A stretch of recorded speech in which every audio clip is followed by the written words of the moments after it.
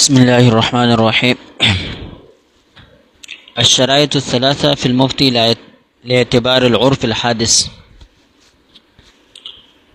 عرف حادث کا اعتبار کیا جاتا ہے، اس وجہ سے مفتیان کرام کے لیے کچھ شرائط ہے کہ وہ عرف حادث کو جانے بھی اور اس کا اعتبار بھی کرے۔ فإن قلت العرف يتغير مرة بعد مرة، اگر یہ سوال کرے آپ کہ عرف کے اندر تو تبدیلی ہوتی ہے، آج ایک عرف ہے کل دوسرا عرف بن جائے، فلو حدث عرف آخر لم يقع في الزمان السابق فهل يسوغ للمفتي مخالفة النصوص واتباع العرف الحادث؟ اگر کوئی نیا عرف پیدا ہو جائے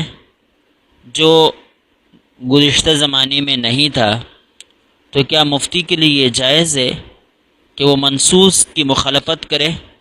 اور عرف حادث کا اتباع کرے؟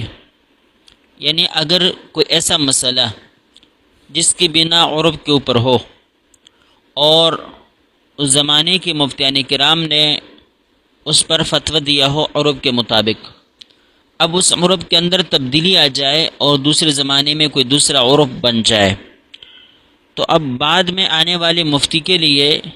پہلے والے مفتی سے اختلاف کرنا اور جدید عرف کے مطابق فتویٰ دینا یہ اس کے لیے جائز ہے کہ نہیں؟ قلت نعم، حضرت کہتے ہیں جی ہاں میں کہتا ہوں یہ جائز ہے۔ فإن المتأخرین الذین خالفوا المنصوص فی مسائل المارہ، کہ متأخرین نے منصوص مسائل کی مخالفت کی ہے، فی المسائل المارہ جیسے کہ گزرے ہوئے مسائل میں یہ بات گزری۔ اچھا، یہاں منصوص سے یہ منصوص مراد نہیں ہے جو قرآن و حدیث میں منصوص ہے، بلکہ وہ مسائل مراد ہے جن کے اوپر فقہا نے تصریح کی ہے، وہ جو فقہا کے بیان کردہ مسائل ہے اور ان کا تعلق عرف کے ساتھ ہے۔ نئے عرف پر فتویٰ دیتے ہوئے مفتی کے لیے اس بات کی گنجائش ہے کہ وہ پہلے والے منصوص مسائل سے اختلاف کریں۔ لم يخالفوه الا لحدوث عرف بعد زمن الامام، ان متاخرین نے امام صاحب کے ساتھ اختلاف نہیں کیا مگر صرف اس بنا پر، لحدوث عرف بعد زمن الامام،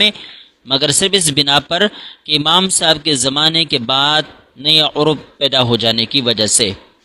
یعنی امام صاحب کے ساتھ جو متاخرین نے اختلاف کیا اس کی وجہ صرف اور صرف عرف کی تبدیلی ہے، لہذا جب عرف کی تبدیلی کی وجہ سے متاخرین نے امام صاحب کے ساتھ اختلاف کیا ہے، تو نئے مفتی کے لیے پہلے والے مفتیان کرام کے فتوے کے ساتھ اختلاف کرنا جب اس کا تعلق عرف کے ساتھ ہو جائز ہوگا۔ فللمفتی اتباع عرفہ الحادث فی الالفاظ العرفیہ،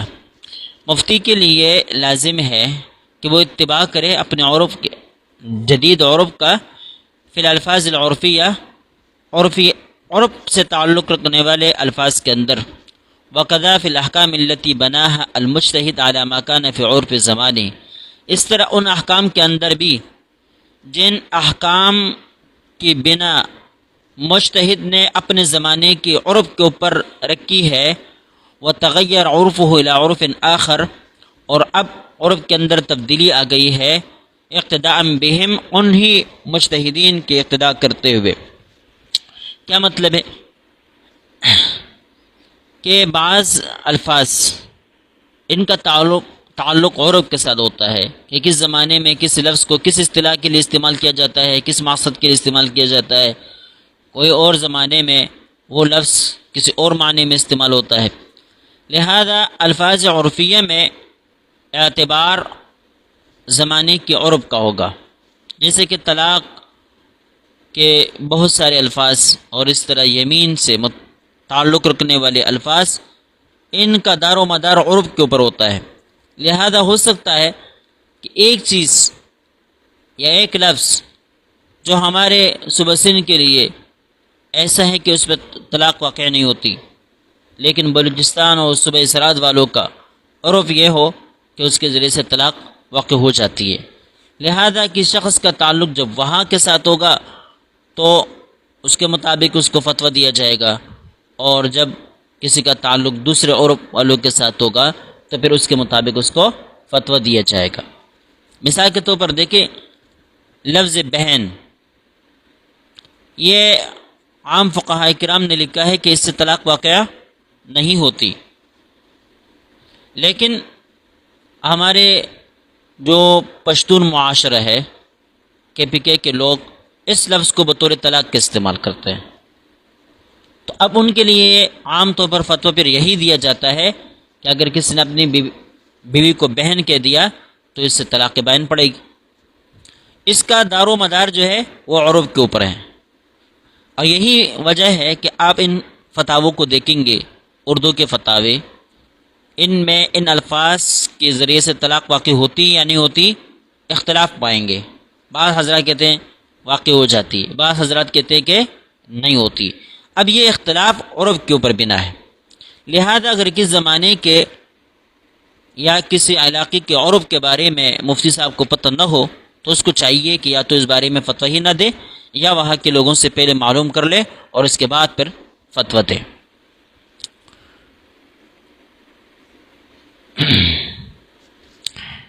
اقتداء بہم، متاخرین کے اقتداء کرتے ہوئے کہ جس طرح انہوں نے اپنے امام کے ساتھ اختلاف کیا ہے اس طرح آپ بھی گزرے ہوئے مفتی کے ساتھ اختلاف کر سکتے ہیں جب کہ فتوی کا دار و مدار عرف کے اوپر ہو۔ لیکن بعد ان یکون المفتی ممن لہ رأی و نظر صحیح، لیکن یہ بات لازمی ہے کہ مفتی کے لیے رأی اور نظر صحیح کا ہونا لازمی ہے، یعنی ایسا ہو کہ اس کو پتہ ہو کہ یہ عرف کسی منسوس اور ابدی حکم کے خلاف ہے یا نہیں۔ اگر کوئی ایسا حکم، ایسا عرف جو شریعت کے منسوس اور ابدی حکم کے خلاف ہے تو پھر اس عرف کا اعتبار نہیں ہوتا، اس عرف کا اعتبار نہیں ہوتا۔ لیکن اگر کوئی عرف نص کے خلاف نہیں ہے تو پھر اس میں اس کا اعتبار ہوتا ہے، لیکن اس کے لیے کچھ شرائط ایسے ہیں کہ جو دیگر شرعی قبائح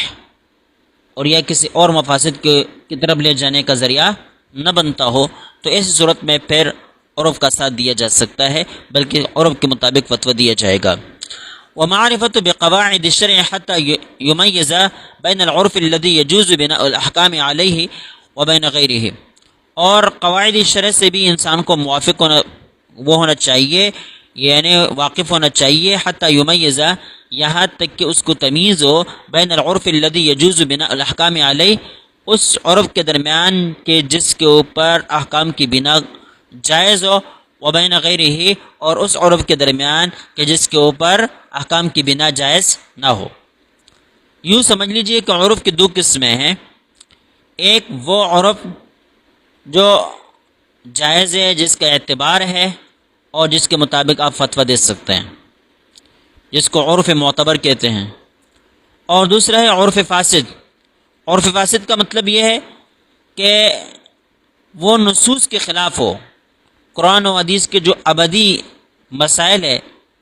ان مسائل کے خلاف ہو، احکام کے خلاف ہو، تو یہ عرف فاسد ہے، اس عرف کا اعتبار نہیں کیا جائے گا۔ جیسے کہ آج ٹیکس وصول کیے جاتے ہیں، چنگی لی جاتی ہے، اور بھی بہت سارے ایسے کام کیے جاتے ہیں جو شرعاً جائز نہیں ہیں، لیکن وہ اتنے عام ہو گئے ہیں کہ پوری دنیا میں چل رہے ہیں، لیکن چونکہ اب یہ نصوص ابدیہ کے خلاف ہے لہذا عرف کی بنا پر ان کو جائز قرار نہیں دیا جا سکتا۔ اچھا، فإن المتقدمین شرطوا في المفتي للاجتهاد وهذا مفقود في زماننا۔ متقدمین حضرات نے تو مفتی کے اندر اجتہاد کی شرط لگائی ہے، جیسے کہ پہلے گزر چکا ہے کہ وہ اسی فرد کو مفتی کہتے تھے جس کے اندر اجتہاد کی صلاحیتیں ہوتی تھی، وہ مجتہد ہوتا تھا۔ وهذا مفقود في زماننا، ہمارے زمانے کے اندر یہ بات تو مفقود ہے کہ مفتیان کرام اجتہاد کے درجے پر نہیں ہیں۔ فلا قل من ان يشترط فيه معرفة المسائل بشروطها وقيودها التي كثير ما يسقطونها ولا يصرحون بها اعتمادا على فهم المتفق۔ لیکن کم از کم اتنا تو ہونا چاہیے کہ مسائل کی معرفت حاصل ہو شروط و قیودات کے ساتھ، وہ شروط و قیودات جو فقہاء کرام ساقط کرتے ہیں، یعنی ان کا ذکر نہیں کرتے، ولا یصرحون بها، اور ان کی تصریح نہیں کرتے، اعتمادا علی فهم المتفق، اس لیے کہ ان کو اعتماد ہوتا ہے کہ یہ حضرات ان کو جانتے ہیں، تو کبھی کبھی وہ شرائط کا ذکر نہیں کرتے، کبھی کبھی وہ جو ہے قیودات کا ذکر نہیں کرتے، صرف اس وجہ سے کہ وہ کہتے ہیں عام بات ہے، ہر کوئی سمجھتا ہے کہ اس کے لیے فلاں فلاں قید ہے۔ تو اس وجہ سے کم از کم انسان کو کتابوں کے ساتھ واسطہ ہونا چاہیے اور مطالعے کے اندر گہرائی ہونی چاہیے۔ وَقَدْ لَا بُدَّ لَهُ مِنْ مَعْرِفَةِ عُرْفِ زَمَانِهِ وَأَحْوَالِ أَهْلِهِ، اسی طرح لازمی ہے کہ مفتی اپنے زمانے کے عرب کو جانتا ہو، وَأَحْوَالِ أَهْلِهِ، اور اس طرح جو اہل زمانہ ہے ان کے احوال کو جانتا ہو۔ وَالتَّخَرُّجُ بِذَلِكَ عَلَى أُسْتَاذٍ مَاهِرٍ، ساتھ ساتھ مفتی کے لیے یہ بھی لازمی ہے کہ اس نے کسی ماہر مفتی کے ساتھ وقت گزارا ہو اور وہاں سے انہوں نے فراغت حاصل کی ہو۔ وَلِذَا قَالَ فِي آخِرِ الْمُنْيَةِ الْمُفْتِي، اسی بنا پر منیت المفتی کے آخر میں ہے لو ان الرجل حفظ جمیع کتب اصحابنا، اگر کوئی شخص ایسا ہے جس نے ہمارے اکابر کی تمام کتابیں حفظ کی ہے، لابد ان یتلمذ للفتوی، لیکن پھر بھی جب وہ فتویٰ دینے کی اس پر آئے گا تو اس کے لیے لازمی ہے کہ وہ کسی کی شاگردی اختیار کرے، حتی یہتدی الیہ، یہاں تک کہ وہ فتویٰ دینے کی ہدایت پائے اور اس کا طریقہ سیکھے۔ لأن كثيرا من المسائل يجاب عنه على عادات اہل الزمان فيما لا يخالف الشریعہ، اس لیے کہ بہت سارے مسائل ایسے ہیں کہ جن میں جواب زمانے والوں کے عادات کے مطابق دیے جاتے ہیں، فيما لا يخالف الشریعہ، ان مسائل میں جو شریعت کے یا اس عرف میں جو شریعت کے مخالف نہ ہو، وہ عادات جو شریعت کے مخالف نہ ہو تو ان عادات اور عرف میں فتویٰ جو ہے وہ عرب کے مطابق دے دیا جاتا ہے، جواب عرب کے مطابق دے دیا جاتا ہے۔ لہذا اگر کوئی شخص صرف اپنے مطالعے پر اعتبار کرے اور مفتی بن جائے تو اس سے کیا ہے، بہت سارے اختلافات پیدا ہو جائیں گے۔ جیسے کہ ابھی کچھ سالوں پہلے ایک جو مسئلہ اٹھا، یہ کیپٹن مسعود کے نام سے، آج بھی ان کا ایک جگہ میں دفتر ہے کراچی میں، کام کر رہے ہیں، کتابیں چھاپ رہے ہیں، کہتے ہیں تعلیم قرآن کے اوپر اجرت لینا جائز نہیں، بڑی بڑی کتابیں لکھی اور ان کتابوں کو مفت تقسیم کیا۔ آپ جائیں گے اکثر و بیشتر مساجد میں، ان کی الماریاں چیک کرو، کسی نہ کسی کونے سے وہ کتاب ضرور ملے گی، انہوں نے پلائی ہے۔ یہی وجہ ہے کہ بار بار ان مسائل کے حوالے سے لوگ پوچھتے رہتے ہیں کہ جو امام تنخواہ لیتا ہے اس کے پیچھے نماز ہوتی ہے یا نہیں ہوتی۔ اب ان اردو فتاووں کو دیکھیں گے، اس کے اندر اس قسم کے سوالات ہے۔ یہ کیوں؟ یہ ان لوگوں نے پلایا ہے کہ جو امام تنخواہ لیتا ہے اس کے پیچھے نماز ہوتی ہے یا نہیں ہوتی، قرآن پاک پر اجرت لینا جائز نہیں، یہ قراء کرام، یہ مولوی اور یہ قاری حضرات جو ہے یہ تنخواہیں کیوں لیتے ہیں، اس قسم کے شکوک و شبہات وہ لوگ پیدا کرتے ہیں۔ اور ٹھیک ہے، پھر عبارتیں نقل کرتے ہیں، ان کو عبارتیں مل جاتی ہے، لیکن چونکہ ان کو یہ پتہ نہیں ہوتا کہ متاخرین کیا ہے، متقدمین کیا ہے، اور ان کے فتووں کے درمیان فرق کیوں ہے، اختلاف کیوں ہے، اور فتوی کی حیثیت کیا ہے، عرب کے اوپر اس کی بنا ہے یا کسی نص کے اوپر اس کی بنا ہے۔ اگر عرب کے اوپر بنا ہو تو پھر اس کے اندر تبدیلی ہو سکتی ہے، اگر نص کے اوپر اس کی بنا ہو تو پھر تبدیلی نہیں ہو سکتی۔ وفي القنية ليس للمفتي ولا للقاضي أن يحكم على ظاهر الرواية، قنیہ میں ہے کہ مفتی اور قاضی کے لیے جائز نہیں ہے کہ وہ فیصلہ کرے علی ظاہر المذہب، ظاہر مذہب کے اوپر، ویترک العرف، اور عرف کو چھوڑ دیں۔ ایک مسئلہ ظاہر الروایہ میں ہے، ظاہر المذہب ہے، لیکن وہ عرف کے اوپر بنا ہے۔ اب آپ کے دور میں وہ مسئلہ سامنے آتا ہے اور وہ عرف بدلا ہوا ہے، ابھی آپ کہیں گے کہ یہ تو ظاہر الروایہ کا مسئلہ ہے، لہذا مجھے تو اس کے مطابق فتویٰ دینا ہے۔ تو حضرت بتلاتے ہیں کہ اگر مسئلے کا مدار عرف کے اوپر ہو تو پھر مفتی کے لیے ظاہر روایت کے اوپر فتویٰ نہیں دینا، بلکہ اپنے زمانے کے عرف کے مطابق فتویٰ دینا ہے۔ وَنَقَلَهُ مِنْهَا فِي خزانة الروایات، کہتے ہیں اس کو خزانة الروایات کے اندر بھی نقل کیا ہے۔ وهذا صریح فيما قلنا من ان المفتی لا يفتي بخلاف عرف اہل زمانه، یہ اس بات میں صریح ہے جو ہم نے کہا کہ مفتی کے لیے جائز نہیں ہے کہ وہ اپنے زمانے کے عرف کے خلاف فتویٰ دے. وَيَقْرُبُ مِنْهُ مَا نَقَلَهُ فِي الْأَشْبَاهِ عَنِ الْبَزَازِيَّةِ، اس کے قریب تر وہ ہے جو اشباہ و نظائر کے اندر بزازیہ کے حوالے سے نقل ہے، من ان المفتی یفتی بما یقع عنده من المصلحہ، کہ مفتی فتویٰ دے گا اس چیز پر جو اس کے یہاں مصلحت کے اوپر مشتمل ہے. یعنی جس قول کے اندر، جس بات کے اندر کوئی مصلحت زمانے کے اعتبار سے پائی جاتی ہے، اسی مصلحت کے مطابق فتویٰ دیں. ٹاس ایسا نہیں کہ متعصب بن جائے، متشدد بن جائے، ہر چیز کے اندر آپ نے کیا ہے سختی سے کام لیا، اور پھر اگر آپ کے اوپر کسی نے اعتراض کیا تو آپ نے حوالوں کے انبار لگا دیے کہ یہ فلاں نے یہ لکھا ہے، فلاں نے یہ لکھا ہے. یہ حوالے تو مل جاتے ہیں، حوالے تو مل جاتے ہیں، لیکن بات دراصل یہ ہے کہ مسئلے کا تعلق کس چیز کے ساتھ، یہ بھی جاننا ہے، یہ بھی جاننا ہے. وَكَتَبْتُ فِي رَدِّ الْمُخْتَارِ فِي بَابِ الْقُسَامَةِ فِيمَا لَوْ ادَّعَى الْوَلِيُّ عَلَى رَجُلٍ مِّنْ غَيْرِ أَهْلِ الْمَحَلَّةِ وشهد اثنان منهم علیہ لم تقبل عنده وقال تقبل. دیکھیں یہاں ایک مثال پیش کر رہے ہیں کہ عرف کا اعتبار ہے، زمانے کا اعتبار ہے، صرف یہ نہیں دیکھا جاتا کہ ظاہر روایہ میں کیا لکھا ہے، ظاہر روایہ کا مسلک کیا ہے. اب بات آئی سمجھ میں؟ اس کی ایک مثال پیش کر رہے ہیں. حضرت کہتے ہیں میں نے رد المختار کے اندر لکھا بھی ہے قسامہ کے باب میں کہ ولی جب دعویٰ کرے علی رجل، ایک شخص کے اوپر، من غیر اہل المحلہ، جو محلہ سے تعلق نہیں رکھتا ہو، محلہ سے باہر کا آدمی ہو، وشہد اثنان منہم علیہ، اور محلہ کے دو افراد اس شخص کے اوپر گواہ بن جائے، لم تقبل عنہ، امام صاحب فرماتے کہ یہ گواہی قبول نہیں ہوگی. وقال لا تقبل، اور صاحبین کہتے ہیں کہ یہ گواہی قبول ہوگی. بھائی اس کو سمجھو، اصول یہ ہے قسامہ کے باب میں کہ جس محلے کے اندر کوئی مقتول پایا جائے اور اسے قاتل کے بارے میں پتہ نہ ہو تو اسی محلے والوں سے پوچھا جاتا ہے، ان سے قسمیں لی جاتی ہے. قسامہ وہ جو مشہور مسئلہ ہے. یہاں صورت یہ ذکر کر رہے ہیں کہ ایک محلے کے اندر ایک مقتول پایا گیا، لیکن مقتول کا جو ولی ہے اس نے اس محلے والوں کے اوپر دعویٰ نہیں کیا، بلکہ اس محلے سے باہر کسی اور شخص کے اوپر دعویٰ کیا کہ فلاں شخص جو اس محلے سے تعلق نہیں رکھتا، میرے اس مورث کو یا اس مقتول کو اس نے قتل کیا ہے.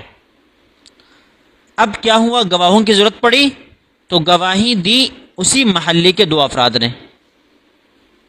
اب قاتل باہر کا اور گواہ اسی محلے والے،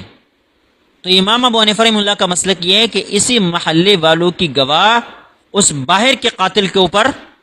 قبول نہیں کی جائے گی. اب سمجھ گئے؟ لیکن صاحبین کہتے ہیں کہ اس کی گواہ قبول کر لی جائے گی اس باہر کے قاتل کے اوپر. اب یہ ہو گئی بات مسئلہ کہ جس میں اکابر کا اختلاف ہے. اب اس کے اوپر تفسیر دیکھیں. نقل السید الحموی عن العلامہ المقدسی انہ قال، سید حموی رحمہ اللہ نے علامہ مقدسی رحمہ اللہ سے نقل کیا ہے، انہ قال کہ انہوں نے فرمایا، توقفت عن الفتوى بقول الامام، کہ میں نے اس مسئلے میں امام صاحب کے قول کے اوپر فتویٰ دینے سے توقف اختیار کیا، ٹھہرا رہا، یعنی امام صاحب کے قول پر میں نے فتویٰ نہیں دیا. ومنعت من اشاعته، کہتے فتویٰ کیا دیتا، امام صاحب کے اس قول کو شائع کرنے سے ہی میں نے اپنے آپ کو روکے رکھا، میں اس سے رکا رہا کہ کسی کو امام صاحب کے اس قول کی بھنگ بھی نہ پڑ جائے، شائع ہونے نہیں دیا. کیوں؟ لما يترتب علیہ من الضرر العام، اس لیے کہ اس کے اوپر عام نقصان مرتب ہو جاتا ہے. کیوں؟ کیسے؟ فإن من عرفه من المترددین یتجاسر على قتل النفس في المحلات الخالیہ من غیر اہلها، کہ جو اس بات کو جانے، باہر سے آنے والے لوگ یا جو ڈاکو ہے، قاتل ہے، اگر ان کو اس مسئلے کا پتہ چل جائے کہ ہمارے خلاف اس محلے والوں کی گواہ قابل قبول نہیں ہے، تو یہ تجاسر، تو وہ جسارت کریں گے علی قتل النفس، لوگوں کے قتل پر فی المحلات الخالیہ من غیر اہلہا، ان علاقوں کے اندر جو ان کے اپنے علاقوں والوں سے خالی ہو. مطلب یہ کہ اس قاتل کے محلے والا وہاں کوئی نہیں پایا جاتا، بلکہ خود جس محلے میں اس نے قتل کیا ہے اسی محلے کے لوگ وہاں پائے جاتے ہو. تو چونکہ امام صاحب کے مسلک کے مطابق اسی محلے والوں کی گواہ تو اس کے خلاف قابل قبول نہیں ہے، لہذا یہ جائے گا دوسرے محلوں کے اندر قتل کرتا رہے گا اور جو ہے پکڑ دکڑ اس کی نہیں ہو سکے گی، کوئی اس کو سزا نہیں دے سکے گا. معتمداً علی عدم قبول شہادتہم علیہ، اس بات پر اعتماد رکھتے ہوئے کہ اس محلے کی گواہ تو ان کے خلاف قابل قبول نہیں ہے، لہذا ڈاکو نے یہ مسئلہ سیکھا یا اجرتی قاتل نے یہ مسئلہ سیکھا اور جا کے دوسرے محلوں کے اندر قتل کرنا شروع کر دیا. دو قتل کے دروازے کھل جائیں گے امام صاحب کے اس قول کے مطابق. اس وجہ سے علامہ مقدسی کہتے ہیں کہ یہ فتویٰ یا یہ مسئلہ میں نے کسی کو نہیں بتایا. حتی قلت، یہاں تک کہ میں نے کہا ینبغی الفتوى علی قولہما، کہ فتویٰ صاحبین ہی کے قول پر مناسب ہے. لا سیما والاحکام تختلف باختلاف الایام، خصوصاً کہ جب احکام اختلاف زمانے کے ساتھ مختلف ہو جاتے ہیں تو پھر یہاں پر بھی صاحبین ہی کے قول پر فتویٰ دے دینا چاہیے. گویا ہم یہ سمجھیں گے کہ زمانے کا فرق ہے، زمانے کا فرق ہے. وقال فی فتح القدیر فی باب ما یوجب القضاء والکفارہ من کتاب الصوم عند قول الہدایہ، صاحب فتح القدیر نے اس باب میں کہ جس میں ہے کہ ما یوجب القضاء والکفارہ، جن کاموں کی وجہ سے قضاء و کفارہ لازم ہوتا ہے، باب الصوم کتاب الصوم میں، عند قول الہدایہ، صاحب ہدایہ کے اس قول کے پاس، ولو اکل لحما بین اسنانہ لم یفطر، اگر کسی روزہ دار نے دانتوں کے اندر پسا ہوا گوشت کھا لیا اور اس کو نگل لیا، لم یفطر، تو اس کا روزہ افطار نہیں ہوگا. وَإِن كَانَ كَثِيرًا یفطر، لیکن اگر وہ زیادہ گوشت تھا اور اس کو نگل لیا کھا لیا، یفطر، تو پھر کیا ہو جائے گا؟ افطار ہو جائے گا. وقال زفر یفطر فی الوجہین، امام ظفر رحمہ اللہ فرماتے کہ دونوں صورتوں میں افطار ہو جائے گا، چاہے دانتوں کے اندر پسا ہوا یہ گوشت کم ہو یا زیادہ ہو. علماء نے کم اور زیادہ کے لیے چنے کی مقدار قرار دے دی ہے. اگر چنے سے کم ہو تو یہ کم ہے، یا اس کے مقدر ہو یا اس سے زیادہ ہو تو پھر یہ کثیر کے زمرے میں آتا ہے اور یہ پھر اس سے روزہ ٹوٹ جاتا ہے. البتہ پھر صرف اور صرف قضا ہوگی، کفارہ نہیں ہوگا. یہ امام ظفر فرماتے ہیں کہ قلیل ہو یا کثیر دونوں صورتوں میں افطار ہوگا. اب اس کے اوپر تفسیر یا تحقیق یا حاشیہ چڑھاتے ہوئے یہ فتح القدیر والے کہتے ہیں مانس والتحقیق ان المفتی فی الوقائع، مفتی کے لیے لازمی ہے کہ نئے پیش آمدہ مسائل میں لابد لہ من ضرب اجتہاد، کہ کچھ نہ کچھ اجتہاد کریں، ومعرفت باحوال الناس، اور ساتھ ساتھ ان کو لوگوں کے احوال کا بھی پتہ ہونا چاہیے. وقد عرف ان الکفارۃ تفتقر الى کمال الجنایہ، کہتے یہ بات تو معروف ہے اور مشہور ہے کہ کفارہ تب لازم ہوتا ہے کہ جب کامل درجے کی جنایت پائی جائے. جب کامل درجے کی جنایت پائی جائے تب کیا ہوتا ہے؟ کفارہ لازم آتا ہے. فینظر الی صاحب الواقعہ، اب جس کے ساتھ یہ واقعہ پیش آیا ہے اس کو دیکھا جائے گا. یعنی جس آدمی نے دانتوں کے اندر پنسا ہوا یہ گوشت کھا لیا ہے اس آدمی کو دیکھا جائے گا کہ وہ کس مرتبے کا، کس نوعیت کا، کس عرف کا، کس علاقے کا آدمی ہے. ان کان ممن یعاف تبعہ ذلک، اگر وہ ایسا آدمی ہے کہ جس کو دانتوں کے اندر پنسا ہوا گوشت کھانا ناگوار گزرتا ہے، اگر وہ ایسا آدمی ہے کہ جن کو دانتوں کے اندر پنسا ہوا گوشت کھانا یا اس کو نگلنا ناگوار ہے، اخذ بقول ابی یوسف، تو پھر اس صورت میں امام ابی یوسف رحمۃ اللہ علیہ کے قول کو لیا جائے گا اور یہ ہوگا کہ بھائی روزہ نہیں ٹوٹا اور کفارہ لازم نہیں ہوگا. وَإِنْ كَانَ مِمَّنْ لَا أَصْلَ لِذَلِكَ عِنْدَهُ أَخَذَ بِقَوْلِ زُفْرٍ، اگر وہ آدمی ایسے لوگوں سے تعلق رکھتا ہو کہ جو لوگ یا وہ خود اس جیسے گوشت کو نگلنے میں کوئی حرج نہیں سمجھتا، کوئی گن اس کو نہیں آتی اور اس کو ناگوار نہیں گزرتا، تو پھر امام ظفر رحمہ اللہ کے قول کو لیا جائے گا اور اس کے اوپر قضا کے ساتھ کفارہ بھی لازم ہوگا۔ اب دیکھیں یہاں فتوی کے اندر اختلاف آیا، اختلاف کس وجہ سے آیا؟ مستفتی کی حالت کہ بھئی یہ کس قوم سے تعلق رکھتا ہے، کس مرتبے اور کا آدمی ہے